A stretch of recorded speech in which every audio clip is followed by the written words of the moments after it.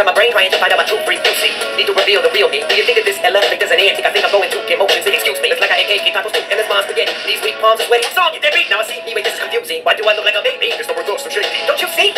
You and Dr. Dre created me. Get me out of here, Ring. Oh shit, you woke up from the hit and back to sleep. Goddamn, I'm back in this weird dream. I'm beginning to think that reality is not over shrink. You should just listen to me. Do drugs, bash gays, ain't no one that's always be angry. Get some pills to help you think. M should get a sponsor. He's such a brilliant. Maybe from back to him now, or maybe him. He's always so pissed on. He can't catch his breath. And let him calm down, please. Stop with all the yelling. Let's back to my weaker mindset. I look like I saw somebody's on my sense of BS. I've been every face in it. And on top of all of that crap, I'm wearing a durag. I can't control my head. Puppy slack, I was trailer trash. Yo, let it work. Just freaking ass dude, yo, gully. I don't know, it's your weird ass dream. I'm hell, show me gayness. This is using that word for you to play. Come here, give me a kiss. Oh no, my two play. Got a stupid wig, you look cute. Actually, can I play suck your dick? What the hell's happening in my head? Why did I just off a dome to one big eye? If I'm relaying with the voice in my head saying I really am disturbed. Marshall's out of move now. How did that happen? Pretty sure that elevator was just in him. I guess his messed up head can tell direction. Whatever, never mind. Back to the storyline. The song's almost over. This must be the end. Whatever is in that box must be his demon. What the fuck is a giant in my head? You dumbass, don't you see? This is your destiny. Set yourself free.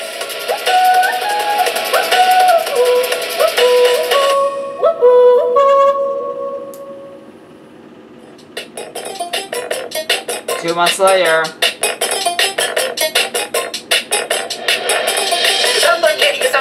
Never really finally makes sense to you anymore. Of the story is don't do drugs, don't do drugs, don't do drugs. Someone candy is something candy. Never really find out who the fuck is this guy? Of the story, you know, stupid mom hired him. Don't do drugs. Yo guys, Yeah, so that is Bart Baker's Monster parody by Eminem. I can't find my glasses at the moment. So I guess I'm just not going to wear them for this episode. So for this episode, welcome back to GSA, as always. Last chapter of Can't Ever Think Straight. Apparently, Jim went horrible for Rory, and he messed up his back, and then it went to his shoulder. And Rory went into the bathroom literally yelling at himself. Sebastian came in and tried to help his shoulder, and then Sebastian's like, take off your shirt. He did. So literally Rory and Sebastian were standing in the bathroom. Rory is shirtless, and Sebastian is like messaging his back. And in the last video I actually said, okay, so they're in the bathroom, Rory is shirtless, and they did not lock the door. There's a problem here. So yeah. So yeah, chapter 11, here we go. Okay. And that's what happened, I said. So, maybe he was really just trying to be nice, Rory said with a shrug, turning the music up in his car a little. I glared at him and turned it back down. Do not turn your music up at me when I'm trying to talk. After being best friends with me for so long. That was weird. Oh well. So long, Rory still didn't seem to understand my main rule. When I talk, you frickin' listen. Golden rule. He was grinning and smirking and breathing down my neck and talking about things getting hard. I cried, Evan, you're a drama queen. I think you're just overreacting. Knowing you, it was just a friend gesture in your mind. Intensified into something that it wasn't, Rory said in annoyance. He reached to turn up his music again. I slapped his hand, pointing at him. He glared and put his hand back on the steering wheel and made a left turn. I know what happened, Rory, I said impatiently. He was no frickin' help. I sighed and turned up the music. Rory was no help to me. I should have just advised for a new friend. I should just advertise for a new best friend. But I might start a riot with everyone and would obviously want me to be their best friend. I guess I would have to stick with Rory for now, sigh. He was in the habit of taking things for granted. There wasn't much for him to take. And the only thing consistent was the consistent reminding he never changed. The music sang cheerfully. Look, just try to keep your mouth shut. I'm not going to be around you every time you try to confess your love to Sebastian, which lately seems to be every time you're near him. Rory said as he pulled into Murphy's driveway and shut the car off. We got out of the car together and went up to the door. I rang the doorbell and crossed my arms, raising an eyebrow at Rory. I don't know what you're talking about. I'm always smooth, calm, and casual, I said. Evan, you're a moron, Rory said simply. I opened my mouth to reply, but Murphy's mom pulled the door open at that moment. She smiled at us, and we stepped inside and slipped our shoes off. They're downstairs, she said, nodding at the stairs that led to the basement. Thanks, Miss O'Donnell. I don't even know. I'm just going to say Murphy. I'm just going to say Mrs. I don't even know how to say their name. Thanks, Rory said with a nod before we descended to the stairs into the basement. We moved over to get towards the couches, and I froze. I pressed my lips to a thin, tight line and tried not to glare in hate. Sebastian was sitting on the couch with his arms around Celia as she sat in his lap. She was on a laptop, and they were laughing at something together. Hey guys, Murphy said, coming over to us with water bottles stacked up in his arms. Take a seat on the couch, Rory. Rory and I sat down on the couch, and Sebastian and Celia looked over at us. Sebastian gave us an easy smile of his. Hey guys, he said. Murphy set the water bottles down and gesturing at Celia. Guys, this is Celia. Celia, this is Rory and Evan, he introduced. Hi Rory, hi Evan, it's nice to meet you, Celia said cheerfully. Same, Rory said. Yeah, hey, I grumbled. Jeez, Evan, what's got you in the mood? Murphy asked him curiously. The stupid slight bitch was sitting on my man's lap. That's the frickin' mood. That had me in a frickin' mood, you idiot. Are your soldiers bothering you again? Sebastian asked curiously. Yes, I lied. Immediately thinking of his warm touch. Yes, they're killing me. And you need to mess with them right now. With your shirt off. No, I mean with my shirt off. So that you can work your hands easier. Not because I like being topless in front of you. I'm straight as they come. His shoulder will be fine, Rory said, slapping a hand over my mouth to cut off my words. How rude of him. I wasn't being embarrassing. I was clever, trying to get some alone time with Sebastian. Savvy, Liam cried, running down the stairs with the Game Boy in his hands. He stopped in front of Sebastian and grinned, turning the Game Boy so that Sebastian could see. Look, I caught an Eevee, he said smugly. That's awesome, Liam, Sebastian said, pretending to be interested. Psh, stupid little kids using Pokemon to flirt with Sebastian. What are you guys doing down here, Murph? Liam asked curiously. We're gonna watch a movie, Murphy said, setting up Netflix as he spoke. I wanna watch, Liam cried eagerly. Go ask Dad, Liam.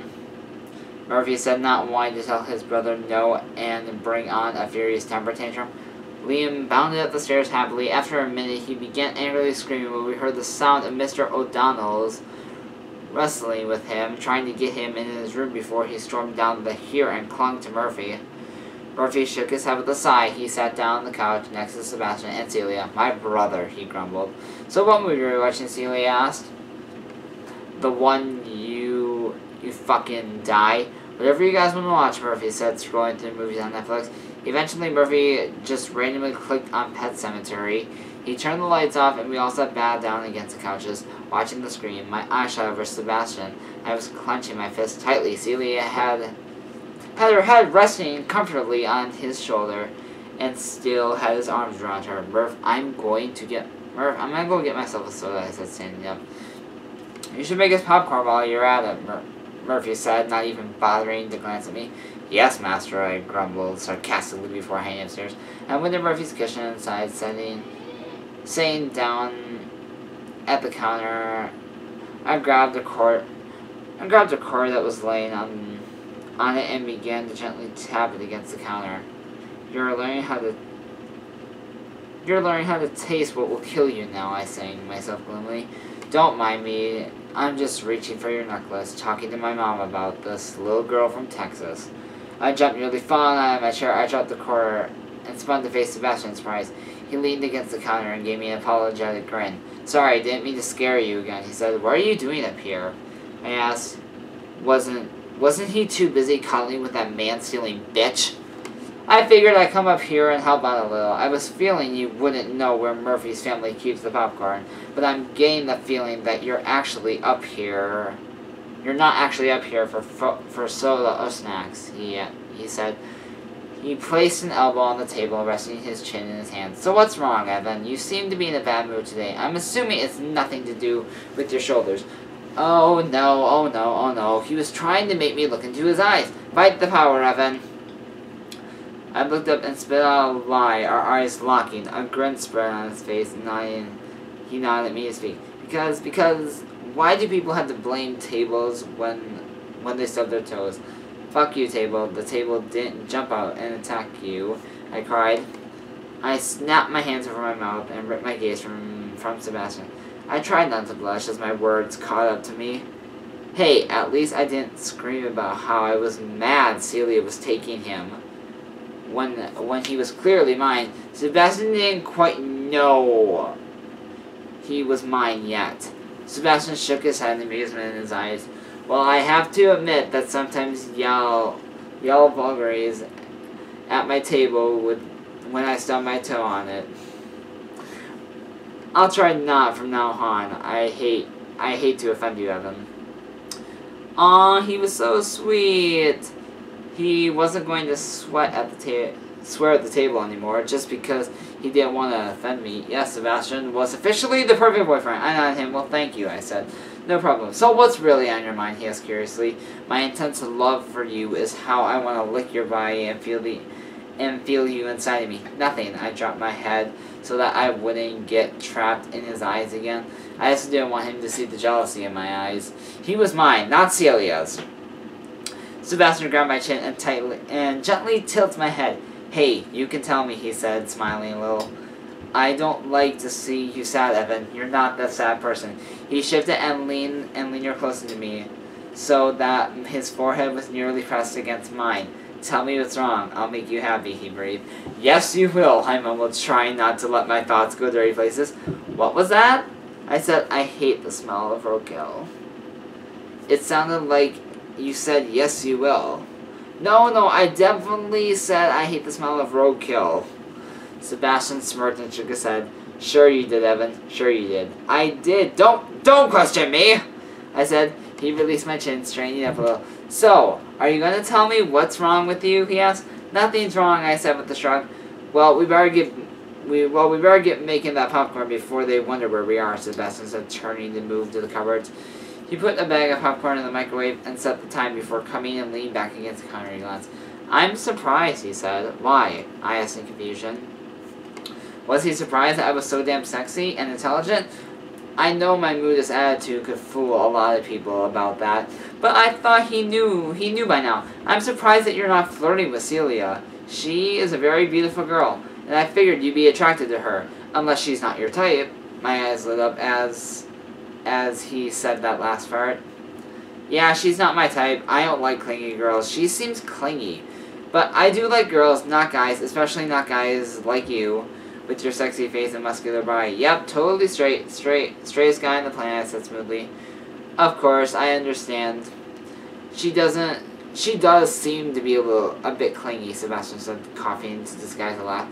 The microwave beeped, announcing the popcorn was done. Sebastian grabbed it out of the microwave and poured it into a bowl. He opened the refrigerator and held up Dr. Pepper towards me. Do you want Dr. Pepper, he asked. Yes, I said, sticking my hand out. Sebastian came over to me, handed me a Dr. Pepper, and picked up the bowl of popcorn and raised his eyebrows. Ready to go back downstairs, he asked. I nodded and hopped up off the chair and followed Sebastian back down to the basement and gave the bowl of popcorn to Murphy. Thanks, Murphy said before shoving a handful into his mouth. How cute and classy of him. I sat next to Rory, giving him a look that said he had heard my outburst about tables. I pouted and smacked him in the arm. Shut up, I grumbled. I didn't say anything, he said with a shrug, but you were thinking loud and clear. So just shut up, I whined quietly.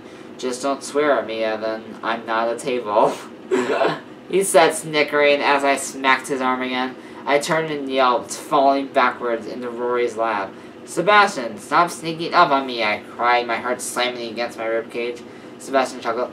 I didn't sneak up on you. I handed Murphy the popcorn and then came and sat next to you. You just didn't notice me. You guys are so loud. Shut up. I'm trying to watch, Murphy whined. Sorry, Murphy, Sebastian said. He turned back to me and wrapped his arm around my waist. He effortlessly pulled me back into a sitting position and made sure I was steady before putting his arm back to his side. I rested a glance at Celia and had to resist the urge to let a victory screech. She was frowning deeply, watching Sebastian out of the corner of her eye. She looked, and she desperately wanted him to come and sit with her again. God bitch, I hope you're lonely. Why are you smirking? Sebastian asked me. Huh? I asked, reaching up and touching my lips. Oh, I am smirking.